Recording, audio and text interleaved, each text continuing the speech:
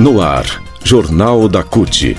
Olá Brasil, eu sou o André Acarini. Nessa edição do Jornal da CUT você confere o seguinte assunto: maior parte dos assalariados no Brasil ganha 2 salários mínimos por mês, enquanto um seleto grupo de CEOs de empresas ganha R$1 milhão por mês. A gente conversou com a pesquisadora do CESIT Unicamp, a Marilane Teixeira, sobre esse assunto. Ela fala sobre por que isso acontece.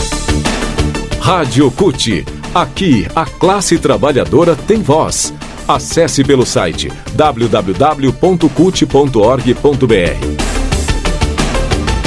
A desigualdade social no Brasil tem nas questões de remuneração um dos seus principais responsáveis pela má distribuição de renda no país, que hoje tem mais de 33 milhões de pessoas passando fome. Enquanto 52% dos trabalhadores e trabalhadoras ganham até 2 salários mínimos, R$ 2.424, 90 CEOs, que é a sigla para Chief Executive Officer, ou diretor executivo, geral ou presidente de empresas com capital aberto na Bolsa de Valores de São Paulo ganham mais de R$1 milhão por mês. O levantamento feito a partir de uma documentação pública sobre remuneração total que empresas têm de entregar à Comissão Mobiliária de Valores, a CVM, foi publicado pelo jornal Estado de São Paulo. Segundo a reportagem, somente no ano passado, os 10 executivos mais bem pagos do Brasil receberam R$400 milhões, valor 30% maior, inclusive, do que 2020. Ou seja, a pandemia fez bem a esses executivos ao mesmo tempo em que deteriorou o mercado de trabalho para os menos escolarizados.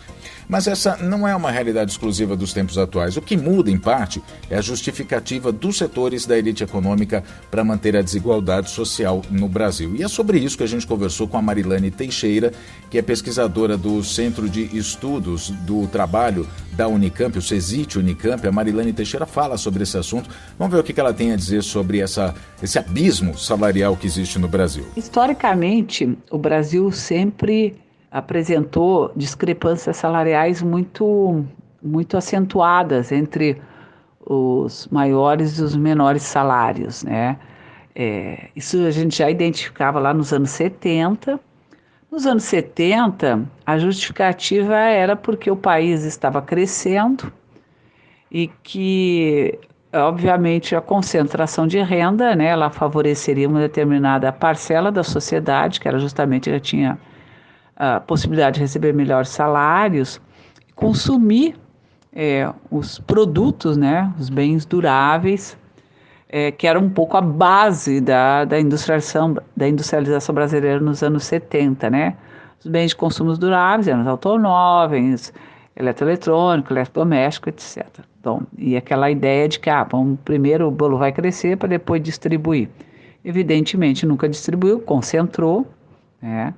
E assim, a justificativa sempre é de que, os salários são baixos porque a força de trabalho apresenta baixa produtividade, baixa escolaridade. E isso, de alguma forma, a gente foi, vamos dizer, essas teses foram sendo superadas, né? Porque você tem uma elevação do nível de escolaridade da população, que é bem significativo nas últimas décadas, só que isso não correspondeu necessariamente a uma redução, né, desse fosso salarial. Então, o Brasil é um dos países do mundo em que apresenta as maiores discrepâncias salariais entre os menores e os maiores salários, né? Você tem uma parcela que concentra, né, 1, 2, 3 salários mínimos, e você tem os CEOs, né, que são esses que você mesmo relatou, que com salários mensais que superam um milhão. É claro que quando você olha para, vamos dizer, as justificativas das empresas são de produtividade, diz respeito ao perfil da força de trabalho, né, das pessoas que estão sendo incorporadas, de que essas pessoas mais qualificadas, mais preparadas, elas têm uma maior escassez, né, de oferta, de demanda, né, por essa força. Então, portanto, o preço, né, o valor dessa força de trabalho se eleva no mercado, porque são pessoas que são muito disputadas no mercado de trabalho. Mas é óbvio que esses são argumentos que mascaram, evidentemente, uma condição de muita desigualdade salarial.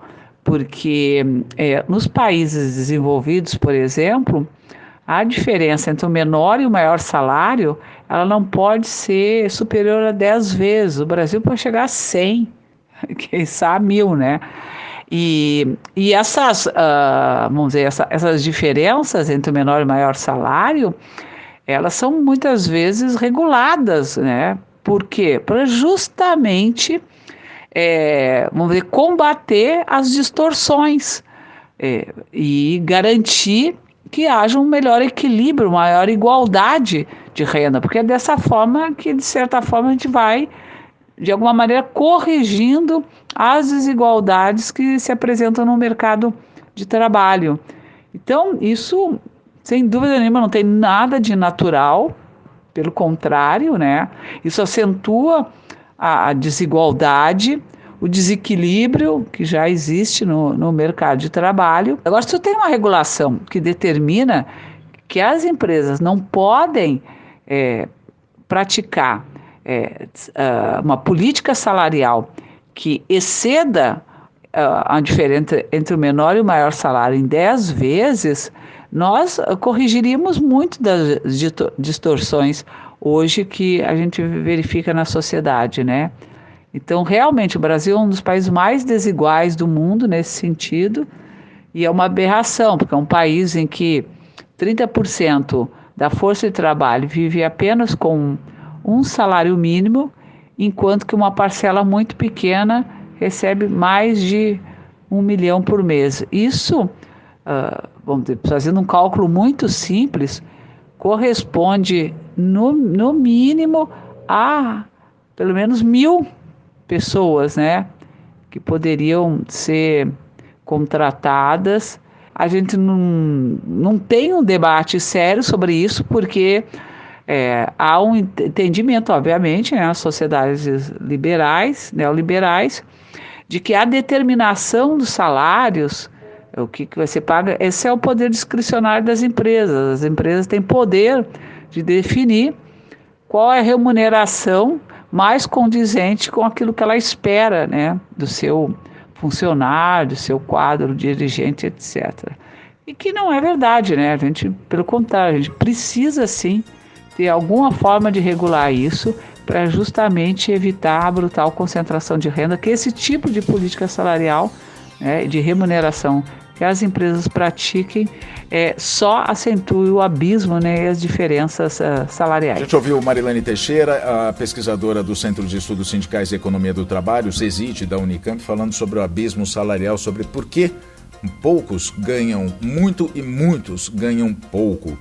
Bom, o rendimento mensal do trabalhador, vale a gente dizer, né, no trimestre encerrado em junho deste ano, foi de R$ 2.652. Essa foi a média salarial no Brasil, de acordo com dados da PNAD Contínua, a pesquisa que é realizada pelo IBGE. O rendimento médio real, habitualmente recebido em todos os trabalhos pelas pessoas ocupadas, foi estimado em R$ 2.652 no trimestre de abril a junho de 2022, diz a pesquisa, registrando estabilidade frente ao trimestre de janeiro a março de 2022. Porém, número 5,1% menor em relação ao mesmo trimestre do ano passado. Essa é a apresentação da PNAD Contínua. Bom, outro dado importante que a gente tem que deixar aqui é sobre a desigualdade social no país, né, que em 2021 a fatia do 1% mais rico no Brasil tinha metade de toda a riqueza do país. Então 1% do mais, que é o mais rico, né, que é o povo mais rico do Brasil, concentra metade de toda a riqueza do país. O dado foi levantado por um estudo do Banco Credit Suisse.